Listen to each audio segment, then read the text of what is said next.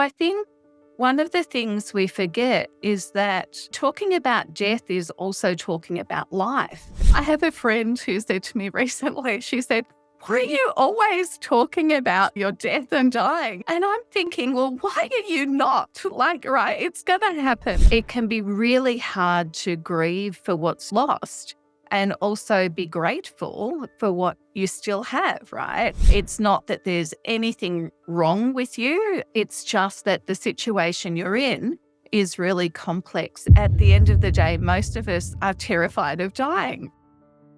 Don't Be Caught Dead, the show bringing stories of death back to life. Here's your host, Catherine Ashton. Today, I'm speaking with Linda Rowley. Linda is a wellbeing consultant, coach, and facilitator with over 20 years' experience supporting people and organisations through change, loss, and life's uncertain in-between spaces.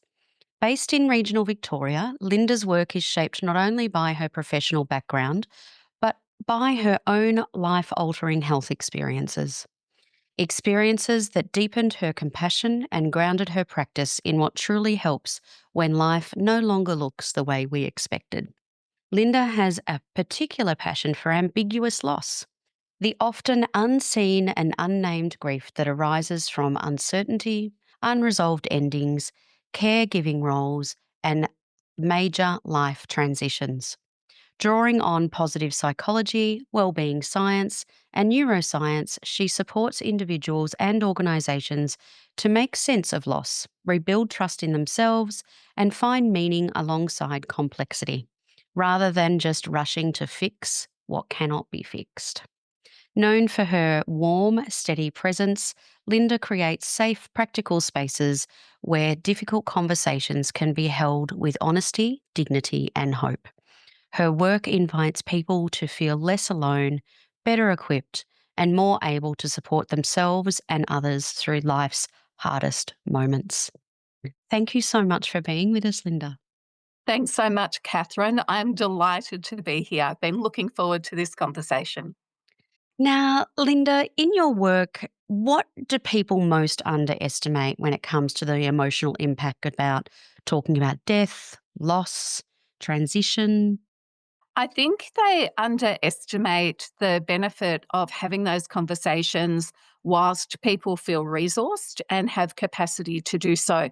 And so, therefore, the flip side of that is underestimating the cost of leaving those conversations too late, right? So, when there's a sense of urgency or emotional intensity that impacts people's ability to have those conversations in a way that's open and curious and creative and beneficial for everybody involved. I think that, silence doesn't protect us from the emotional impact of death or loss or change. And if we're not talking about it, it can leave us carrying it alone, and that can feel isolating for people. So there's a missed opportunity for emotional closeness.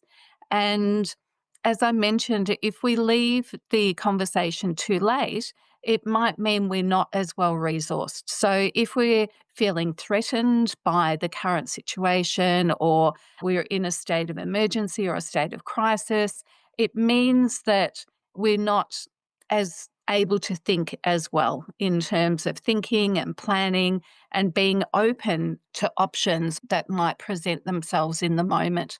It means we also lose the ability to prepare in a way that's thoughtful and maintains the dignity and the hopes and wishes of the person experiencing that, loss or change, and ourselves in the process as well. So I think one of the things we forget is that, talking about death is also talking about life. It provides us the opportunity to talk about our values, what matters to us, what's important to us, love, as well as our priorities. And those are great conversations that we can have at any stage that help to deepen that emotional connection between us. And how do we start these conversations early when, before? Like, how early should we be having them and how's the best way to initiate them? Great question, Catherine. And I think that's different for everyone, isn't it? I think it's never too early to have the conversation. Having been diagnosed with stage 3 cancer a couple of months after my 39th birthday, for me, it's never too early. But it's really interesting, isn't it? Because I have a friend who said to me recently, she said, "Why are you always talking about, your death and dying?" And I'm thinking, well, why are you not? Like, right, it's going to happen. There's that Latin phrase, memento mori, which, translated means remember, you have to die. Yet I think many of us forget that. And it can be quite a confronting conversation for people to have. So, some of the ways that I've found have generated a bit of success is looking at kind of what's currently happening in the person's world or environment. So, if they've recently attended a funeral, and make comments, "Oh, wasn't that lovely? The service was lovely," or, the flowers, or maybe the sandwiches were too dry, right? So Isn't it amazing? It's the only place that you really get sandwiches is at wakes. It's weird, isn't it? yeah, absolutely. So that's an invitation. That's a little kind of the door being left ajar there that you can kind of sneak through, right? In terms of saying, "Oh, great. What about that was important to you? What did you like about that?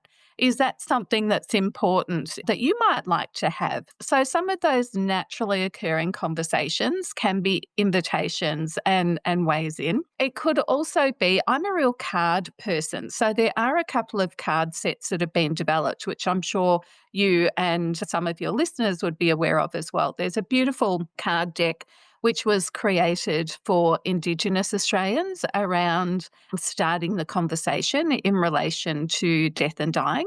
And there's also another card set, oh, well, one other that I'm aware of. I'm sure there's probably more. So, using little prompt cards to initiate that conversation can be helpful as well. And I think also bringing some levities, a bit of humor to the conversation, not in a way that's, belittling or dismissive or minimizing. We certainly don't want to do that. So in a way that's still respectful and dignified. But even though it's a really important conversation to have, it doesn't have to be a really serious conversation. Does that kind of make sense? Yeah, yeah. I think that whenever you bring a bit of humor into it, because, death is just a reflection of the life that you've lived. And so I always bring humor into it, but that's just part of who I am and my personality. So I think that that fits with me definitely. Mm. And I think just holding it lightly, and also approaching it with compassion and understanding that, you know, each of us will bring a different history and experience and interpretation of death and what it might mean for us. So I think being able to honor and not judge where the person's at any point in time is really important as well.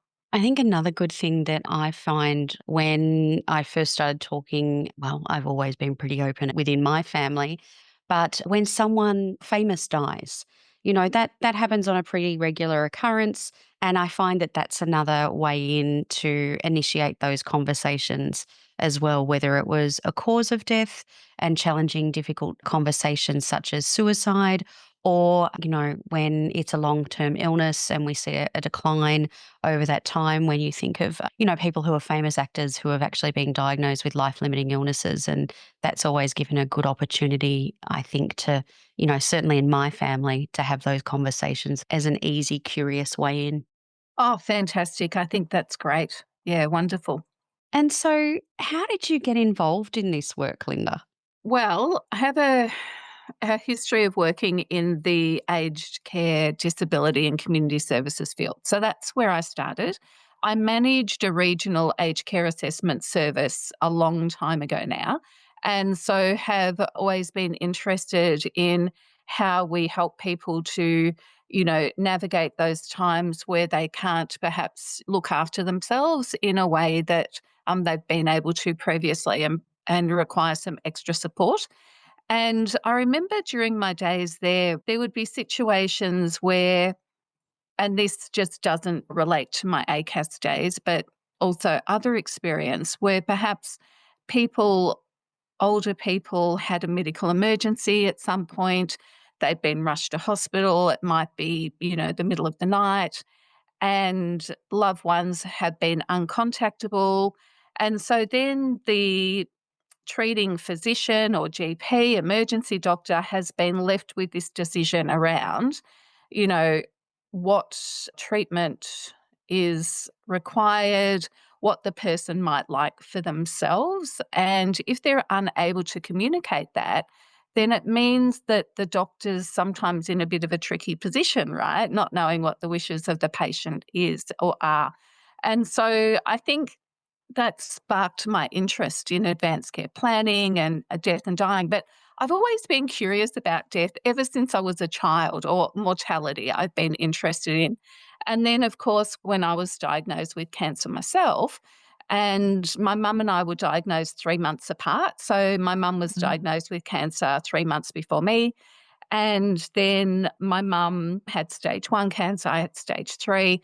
And unfortunately, my mum didn't make the 5-year kind of survival mark. So for me, having a disease like cancer and also supporting my mum as she was going through her own experience of cancer and then, being by her bedside as she died, that really kind of underscored and boosted my interest in the topic. So then I did some training around death doula training. I became a funeral celebrant for a while there as well, and have dedicated, like when I did my master's of applied positive psychology, my capstone project was on advanced care planning and how the role that positive psychology could play in assisting people, so both those who are dying and also their loved ones, to manage that kind of death and dying and bereavement process. There are so many questions that have just popped into my mind in relation to what you've just said. Do you mind if we just revisit that experience that you were talking about, how your mum was diagnosed with stage 1 cancer, you were diagnosed with stage 3, and yet your mum was the one that didn't actually reach the 5-year milestone? Yeah. So mum was diagnosed in, I think, the June or July, and she had some treatment, and then she kind of had recovered well enough to then assist me when I was going through, my treatment. I remember one day she drove me to the neighbouring town. I live in rural, kind of regional Victoria, as you know, and she stood up in line at Centrelink while I kind of sat slouched in a chair, waiting for my appointment time for sickness benefits, right? Because I couldn't work at that stage.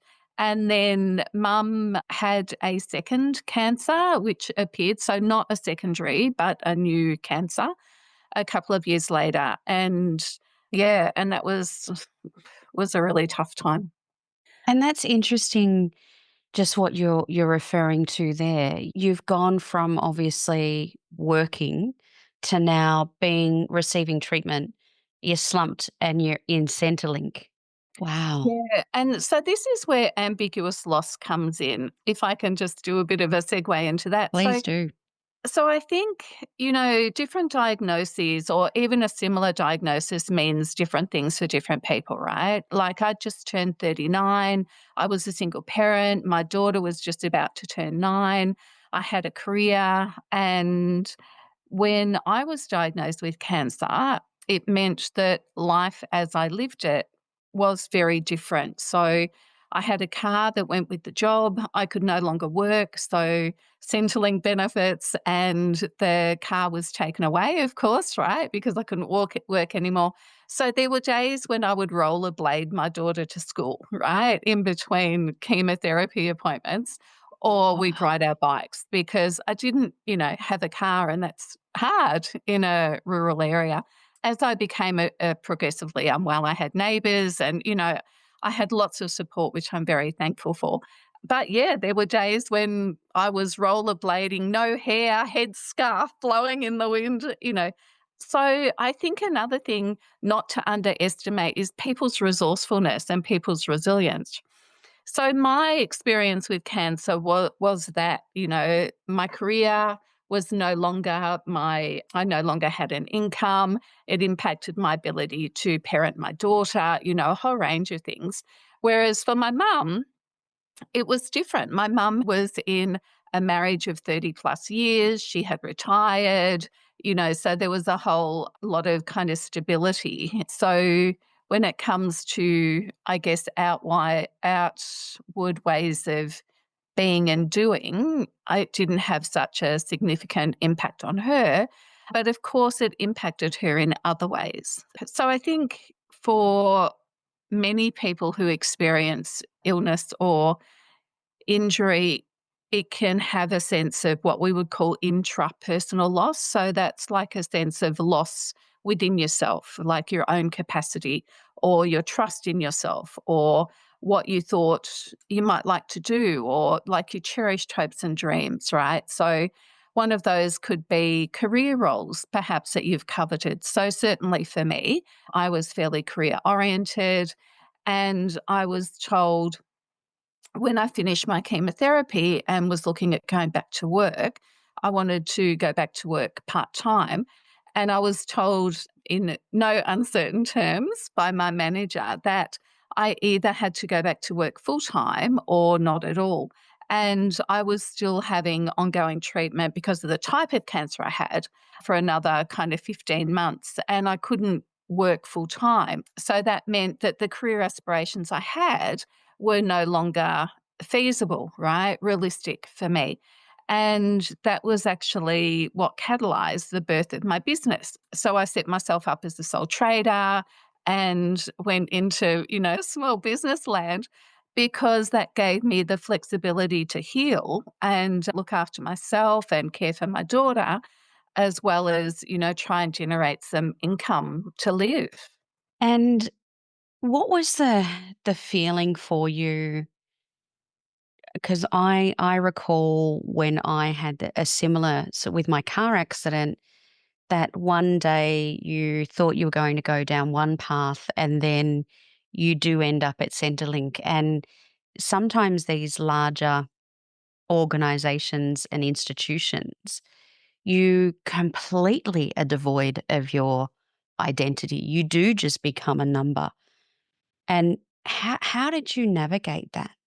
Yeah, not easy by any stretch of the imagination. So I think when it comes to ambiguous loss, and I might just backtrack a little bit if that's okay, and then Sure. move forward to answer your question as well. So just by briefly defining ambiguous loss, the term was coined by Dr. Pauline Boss. It was back in the 1970s, so it's been around a long time.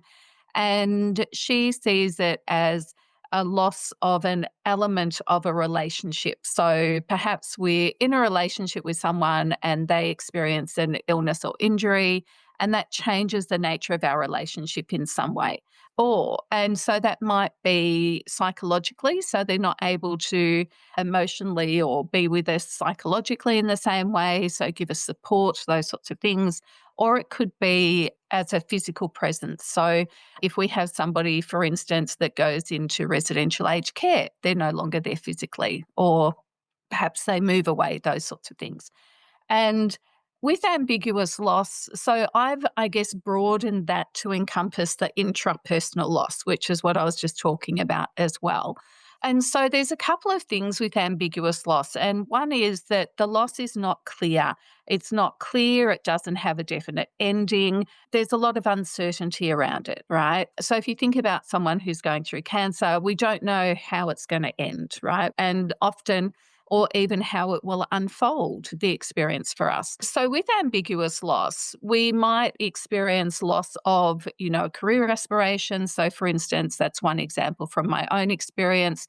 Or it might be that we lose income because of a caring role. We can now no longer, work in the same way that we used to. We could have a loss of our hopes and dreams. So maybe we're waiting for retirement. We're going to hitch up our caravan and join, the grey or not so grey nomads. So there are lots of ways that it can impact us. And it's often not acknowledged or not recognised because as a society, we don't have rituals around ambiguous loss. So when someone dies, and of course, depending on the communities that you belong to and your religious and spiritual beliefs, there's usually some rituals that go with that. People gather, they bring food, you get lots of lasagnas for the freezer or whatever it happens to be.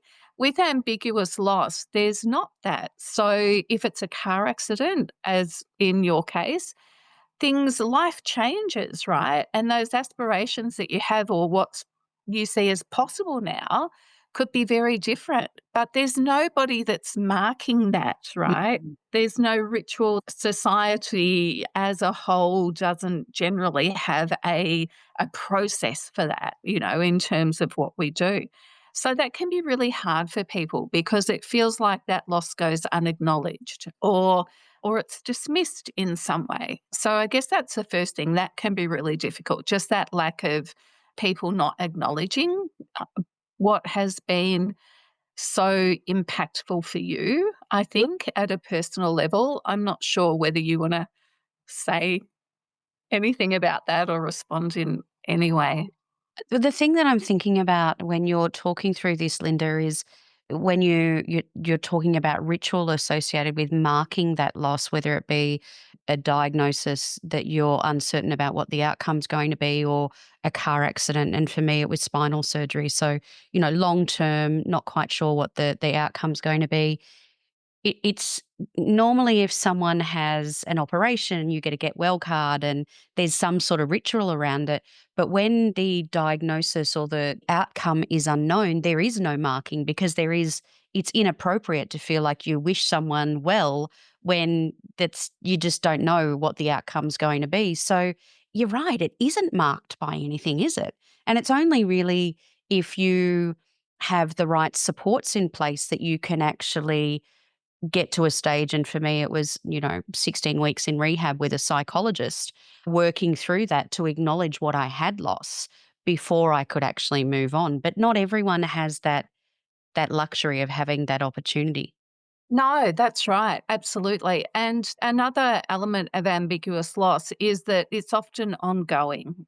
So, whereas we commonly hear grief talked about as having waves of grief, Pauline Boss talks about ambiguous loss in terms of oscillations. So, not waves, but if we think about a fan that oscillates, that moves backwards and forwards, that's the way ambiguous loss is usually spoken about. Because if you think of a parent of a child with a disability, for instance, or, someone who's living with a condition, whether it's a neurological condition or, other illness or injury, that loss is ongoing. There's no clear ending to that, and so it can be really hard to grieve for what's lost and also be grateful for what you still have, right? And, often people who are very well meaning will say, well, aren't you lucky it wasn't worse, right? Mm, Or isn't it yeah. good that you've come through it? Which can just feel really dismissive and really minimizing for the person that's living through it. And so there's a general sense that the counselling that we have for grief is not always appropriate for ambiguous loss because it's a different kind of loss. And ambiguous loss is seen as a kind of stress and resilience model. So it's not seen as a pathology. So it's not that there's anything wrong with you. It's just that the situation you're in is really complex. It's difficult. It might feel untenable, right? So it's about how do we then develop strategies to promote our resilience to be able to live alongside that. And so Pauline Boss talks about 6 guidelines for living with ambiguous loss. And so one is normalizing ambivalence. So the fact that you might have conflicting emotions, right? You might feel grateful and also be grieving. You don't want to be disloyal. So if you're caring for someone who's now changed in some way, you don't want to be disloyal to them. So you still want to honor, who they were and everything they still bring to the relationship, and still hold space for frustrations that might bring as well. So it's really having that kind of both and thinking, it's not one way or the other, but it's about how do we kind of reframe our thinking into being able to live with both lots of, perspectives that are true at the same time. One of the other guidelines is meaning making. So that's not about the meaning of life. It's about that's like a way, way big subject, but it's about meaning in life. So what matters to us today, even though things have changed, what values still hold true for me, and how can I enact those values? And that might be through little things in our lives as well. Another one is around adjusting mastery. So it might be having a sense that, perhaps we have new boundaries in place now. What's possible for me now might be different to what it once was. Maybe I don't have the same energy, or maybe it's difficult for me to commit to things that are, still quite distant, a month or two away, because maybe I don't trust myself as much anymore. So, how we navigate those. It could be around reconstructing identities. So, if you've had identity as I did, as a manager, a parent, all of those sorts of things, and then that's no longer, then it's renegotiating that who am I now kind of thing. And again, that's where I think our values, it's really important to be led by what's important to us as well. We look at revising attachment. So maybe the relationships that we had have now changed. So we might need to rethink our expectations of that relationship, and both what we contributed and also what we got from the relationship. So it might be about looking at different ways to get our relationship needs met, for instance. And the last guideline is discovering new hope. So, as human beings, we don't just have one hope, we have a multitude of hopes, right? So, that might be about thinking about, given the situation now, what can I hope for? What's realistic for me? And sometimes that hope might be on a daily basis. I hope hope I have a good day, right? Mm. And sometimes it can be longer term hope as well. And it sounds like that these guidelines are not static things. They're things that are a constant evolution that you obviously, as whether you decline or whether you improve with your health, or we're predominantly talking about health at the moment, but wherever you're at, there's something that you need to constantly work on by the sounds of it. Yeah, absolutely. And, some of those guidelines will be more relevant or resonate with you more deeply than others. And at different stages, like you might go through a long period of time where the loss isn't, top of mind for you. So, and then maybe something will happen, and that might be like a marker of an event. Or so, for instance, when I had my, 5 year, I passed my 5 year survival, benchmark. That was actually, that was great that I did that.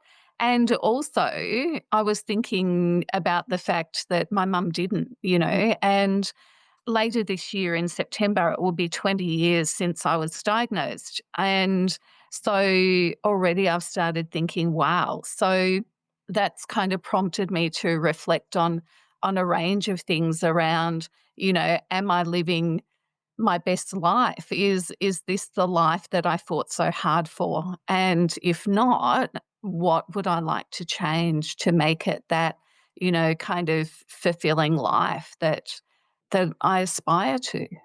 I think that that's a good thing that we should be asking, every so often, is this what we really want to be doing? And Mm. if it's not, having a moment to reflect, because I think that we don't do that often enough, is actually reflect on who we are, what means most to us. and then making sure that our life, prioritize the things that we value. Now, I just would like to have a chat to you about the your masters, was it, in relation to the impact of positive psychology when it comes to advanced care planning. So, Linda, if you wouldn't mind explaining to the listeners what advanced care planning means, and then what you found out through your PhD or your masters. Yeah, thank you. So, advanced care planning is the ability to document your wishes and preferences for medical and other care and treatment if you're unable to advocate for yourself. So, for some people, that might be, for instance, if they have an accident and they're not conscious, or it could be towards end of life and you're unable to communicate how you would prefer to be treated. So, Advanced Care Planning Australia has a website, and on the website, they have different web pages for each state in Australia because each state has a slightly different form that's required to be completed for advanced care planning. So, the advanced care plan asks you a range of things around your values, what matters to you, what's important in relation to medical care. You then discuss that with your general practitioner, they sign it, and then it's a matter of making sure people know about it. So, friends, family members, giving your local GP a copy, maybe the local hospital. You could upload it to My Health Record if that's, a place where you keep health records as well, so that in the event that you have a medical emergency and you're unable to communicate your wishes, that document is available and it can guide those who are treating you at the time. And it can also assist your medical treatment decision maker or family, whoever that is for you, to make decisions and to feel more comfortable and confident in the decision perhaps they're making on your behalf because you're unable to do so. And just on that point, Linda, I had a family member needing to go into hospital over the Christmas period, and they were staying with us, and we needed to provide a copy of their advanced care directive to the hospital. The problem was is that I had only taken photographic copies of or photos of the document. And so when I provided it, it didn't print out correctly. So I needed to actually obtain a copy because obviously it was at a safe location in their home. And so I needed to provide a copy, which involved me getting in contact with the GP, which actually came and arrived 2 weeks after they were actually out of hospital. So listeners out there, when you do have these important documents, can you please, even though I thought I was doing pretty well having photographs of those, make sure you have access in PDF format so you can easily find them electronically and email them to the organisation. Just a little hint, just to let you know. That is great advice, Catherine. Yeah. And because the thing is that you hope you never need it, and it's always better to be prepared. It is, it is. So please continue on to what you discovered when you started your masters. Yeah, so I discovered that there are a number of barriers to people completing advanced care plans. So we often think that we don't need it yet, right? There's time. So Mm. we've always got more time, but sometimes we don't. Maybe we're not sure what we want or how we want to be treated. And we don't want to be locked in. So we think that, once we put it in an advanced care plan or an advanced care directive, then, once it's in black and white, we're locked into it. But the reality is, of course, we can change it if we change our mind or if our values change, as long as then, of course, we need to make sure we redistribute it, right, to everybody as well. Sometimes those conversations, they ask us to be vulnerable, and there's a risk in that. So we don't want to upset people, or we think that caring for people means not exposing them to uncomfortable conversations or, emotions that can accompany those conversations. Or we just think that whoever they are, right? So they could be family members, friends, but they will just know what to do at the time. But the reality is they often don't know what to do at the time or, what the person would like. And sometimes that can fracture relationships. It can, be really detrimental to the person's mental health. And in fact, when I was doing my research, which is a few years ago now for my master's, we found there in the research, it was indicated that people who don't have an advanced care plan, one, we don't know what their wishes are. It's more difficult for the people who are making decisions because they're ruminating on, is this what the person would want? Sometimes if there's more than one family member, there can be conflict or tensions between them if they have a different sense of that. It could mean that the treatment the person receives is more based on the treating medical practitioner's appetite for risk and also their spiritual or religious beliefs. And so for me, I don't want decisions about, my treatment or end of life to be on, I won't say to be left to the treating practitioner on the basis of their values, which could be very different to mine, right? The research also indicated that it meant that people who were bereaved, so if a person died, then bereavement was more complicated for people when there was no advanced care plan. Because again, they would be asking themselves, did I do the right thing? Is this what Mm. they would have wanted? And it also means that, sometimes it's not an effective or efficient use of healthcare resources either. If people are receiving treatment that they really don't want or that perhaps isn't as in line, with their values. And I think a lot of the stories that I hear, Linda, it's around that resuscitation and whether people are comfortable to be resuscitated. Also about processes that are actually or procedures that actually prolong life when someone feels that they have actually lived a very fulfilling life. And so they're the things that are the really difficult conversations to have. But you know, they're necessary ones, aren't they, when you think of what your research was talking about with, complicated grief and those people that have had to make those decisions without that guidance from the person they're trying to represent. Absolutely. And there's a couple of things in that as well. Our values differ as to what we think is a good life.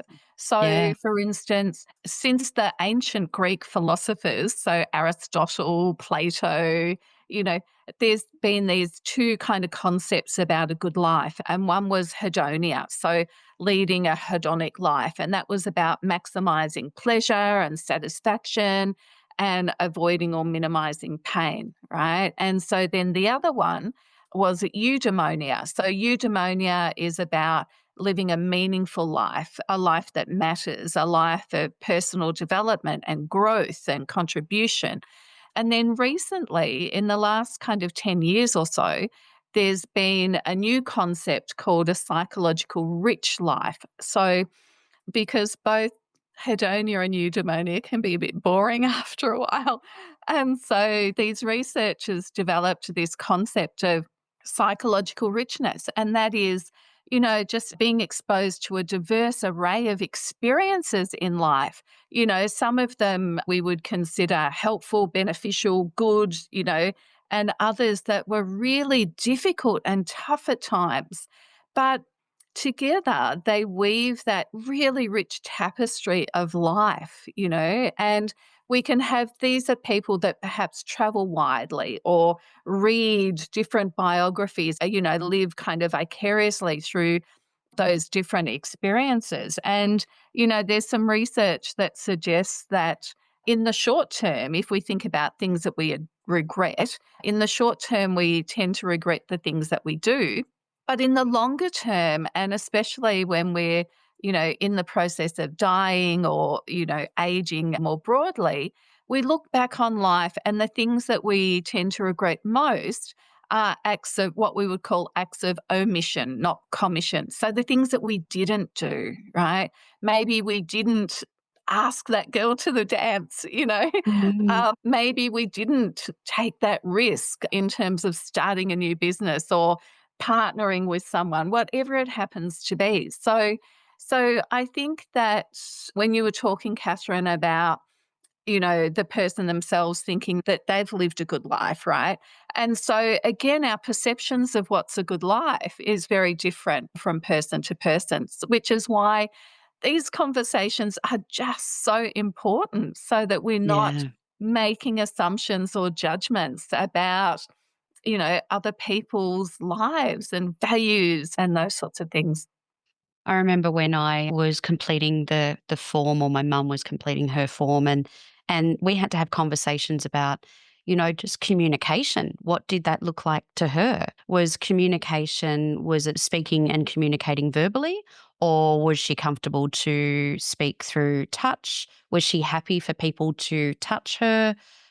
All of these really rich, in-depth, ways of thinking about what that meant to her. Not my perception of what I think she'd like, but actually what she was comfortable with at the point in time that we completed this advanced care directive. And I think that you're right, advanced care planning has some great tools on their websites and their respective state websites, because the joy people, laws are different in every state. And so they're really good at helping us develop the skills to have those conversations. Oh, absolutely. I think it's so important. And one of the services that I offer as well that is complementary to advanced care planning is an end of life wishes kind of plan as well that incorporates, some of those broader elements that the advanced care plan doesn't incorporate. Yeah, which again is so important. I think that from a positive psychology perspective, also, one of the other things I found in my project was that many of us tend to approach death in with a kind of a theory that's called terror management theory. And that is that at the end of the day, most of us are terrified of dying, right? So we have these fears, and this contributes to why we tend to avoid the conversations and those sorts of things. Whereas Dr. Paul Wong was offering an alternate theory, and that was what he called meaning management theory. And that was that when we're able to, I guess, find meaning in life and in death and become more accepting of death, it then influences also how we live. And we can live in a much kind of, freer, accepting way and embrace the fullness of life once we've embraced and accepted death. Yeah. So that's kind of really interesting as well. It is. And I'm sure you've seen the research that came out earlier this year in relation to end of life planning and the impact it has on those who care for people with life limiting illnesses, to show that it actually improves their well-being when they refer to it as end of life planning, and it goes into detail of what that's involved, but it shows the well-being of the carer is improved. So tell me a little bit about, we've talked about the person themselves when it comes to ambiguous loss. What is the impact when it comes to someone who's caring for someone? Yeah, so I think when it comes to someone who's caring for someone who's experienced an illness or injury that's impacted their capacity and the way they are in relationship, for carers, it can mean kind of chronic and ongoing stress because of that uncertainty. So when we feel that sense of uncertainty, our amygdala, which identifies kind of a threat response, right? So it releases cortisol into our system. The And when old that fight or flight, isn't it? it is, and I actually have my little brain here. So Oh, if I I love that. oh, yeah, to show you my little Oh, brain. this is amazing. My This is one of those sort of like school displays that you'd see where you've got a brain in Linda's hands that's plastic, all different colors, showing all different areas of the brain. It is, and I even have a slice here. So we can see in the middle, sorry, just let You've me got to put go my online, people, down. on YouTube and see this. So our amygdala is in the middle here, right? And that's our threat response, as you mentioned. It releases cortisol, flight or flight, flight, fright, fawn, or freeze, Yep. as you mentioned, Catherine. And so when that happens to us on an ongoing basis, it means that we have what's called allostatic load. So that's the wear and tear on our body over a period of time, our body and our brain. And when we're driven by our amygdala, it means that our prefrontal cortex, which is this part of the brain that does our thinking and planning and rationalizing and Just emotional behind our forehead, isn't it? yes, that's right. Yep. Our emotional regulation, it goes offline. So, so what that means is then it's more difficult for us day to day to do our thinking, our planning, to regulate our emotions, both in the context of, our relationships and what we're doing day to day. So that has a significant impact on carer wellbeing.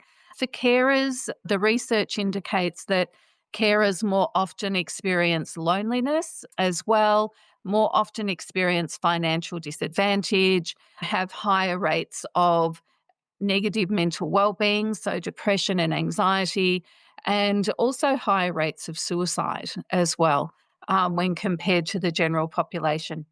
So we can often hold that stress in our bodies as well. And that might be, the pit of our stomach. It could be that our shoulders start creeping up to our ears. That's what happens for me. And so it is important for carers to, seek support around that. And I think, again, so one of the things I offer is workshops for carers, and I also do ambiguous loss coaching as well, because the research tells us that, again, it is about developing resilience. And resilience can mean different things for different people in different contexts. In the context of ambiguous loss and carers, it means developing the skills and the capacity to live with that ambiguity and to figure out how to live a good life alongside that ambiguity. And do you mind sharing just one or two things about how, if someone's listening to this program and they are a carer, how can they find their centre? Yeah.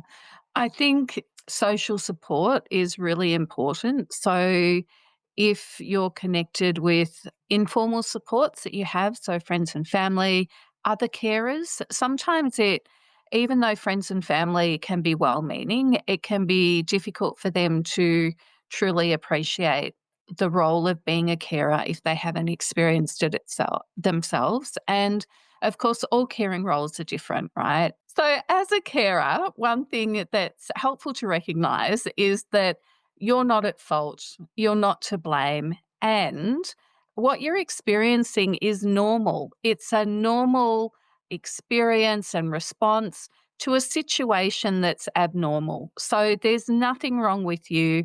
So, it's really about validating and being around people who are able to validate your experience and to recognize and acknowledge the loss. So I think as a starting point, just having that sense of understanding, what does this actually really mean for me? So what is it that I'm grieving? What is it that I feel that I'm lost? Because I think when it comes to having a kind of vague or sense of loss, and this is true of fear as well, it can be kind of amorphous, right, when it's living inside our head.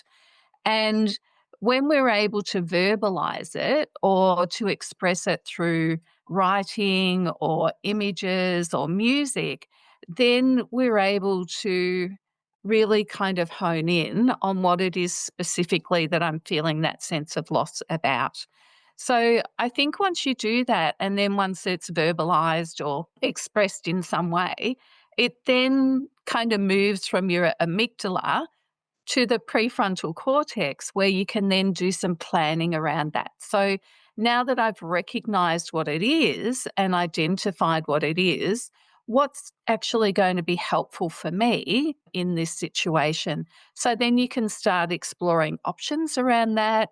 You can start developing resources.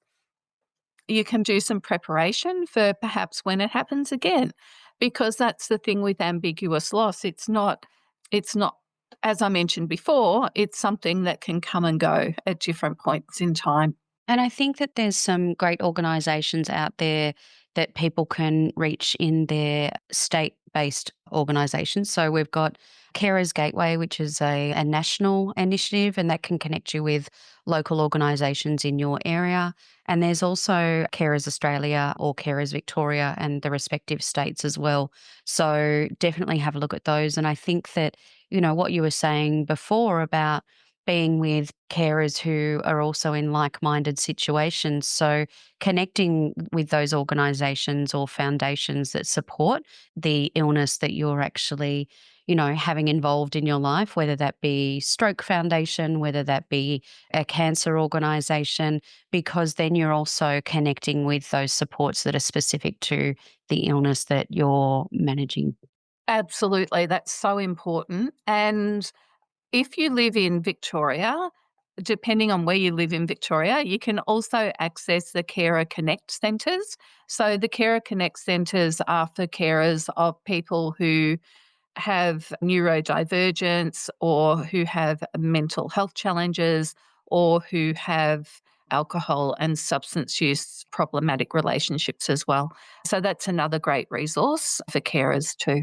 That's wonderful, Linda. And tell me, just taking you back a bit of a full circle, really, of what we're doing. So, going back to your time where you were diagnosed, how challenging was it for you to actually ask for help at that time? It was incredibly challenging, and that's a bit of a lifelong journey for me. Having cancer taught me a lot about humility, being humble, and being able to accept help from others. I've subsequently had other brushes with serious illness, and it's something that I need to relearn every every time it happens. So I think it is, and I would advocate for everybody to reach out to those around them and to get supports. I think that is so, so important. And I also appreciate how difficult it can be for some people. So I think the flip side of that too is that if you see people who perhaps are struggling, offer help, from a compassionate perspective. Like, don't go over the top, right? And force it on them. But certainly offer it and invite them to, in ways that are gentle, to accept those offerings. I remember, so when I was recovering from cancer, there was a woman that I worked with for a period of time, and she would turn up every couple of weeks with just a couple of shopping bags full of whatever shopping, groceries. And that was just a lifesaver for me, again, being on sickness benefits, having my daughter, all of that sort of thing. It was just Not like, having a car to even do the shopping. yeah, right, exactly. You can't carry groceries on rollerblades, right? So, Yeah. Yeah. yeah, yeah. So that was just amazing. And she would lend me her son's car weekends, sometimes, and just things like that that made such a huge difference to my life at the time. Yeah. That's so lovely for that insight, both from a professional side of the coin, but also your personal story as well, Linda. Thank you so much for sharing. And I will encourage people, we will have your website on the show notes to check that out and also sign up to your newsletter. I assume that you have one because you've got 2 books coming out later this year, don't you? I do. I do have 2 books which will be available later this year. So they are both on ambiguous loss. One is for people who have experienced loss themselves, so that intrapersonal loss. And the other one is for carers who experience that sense of interpersonal loss. Yeah.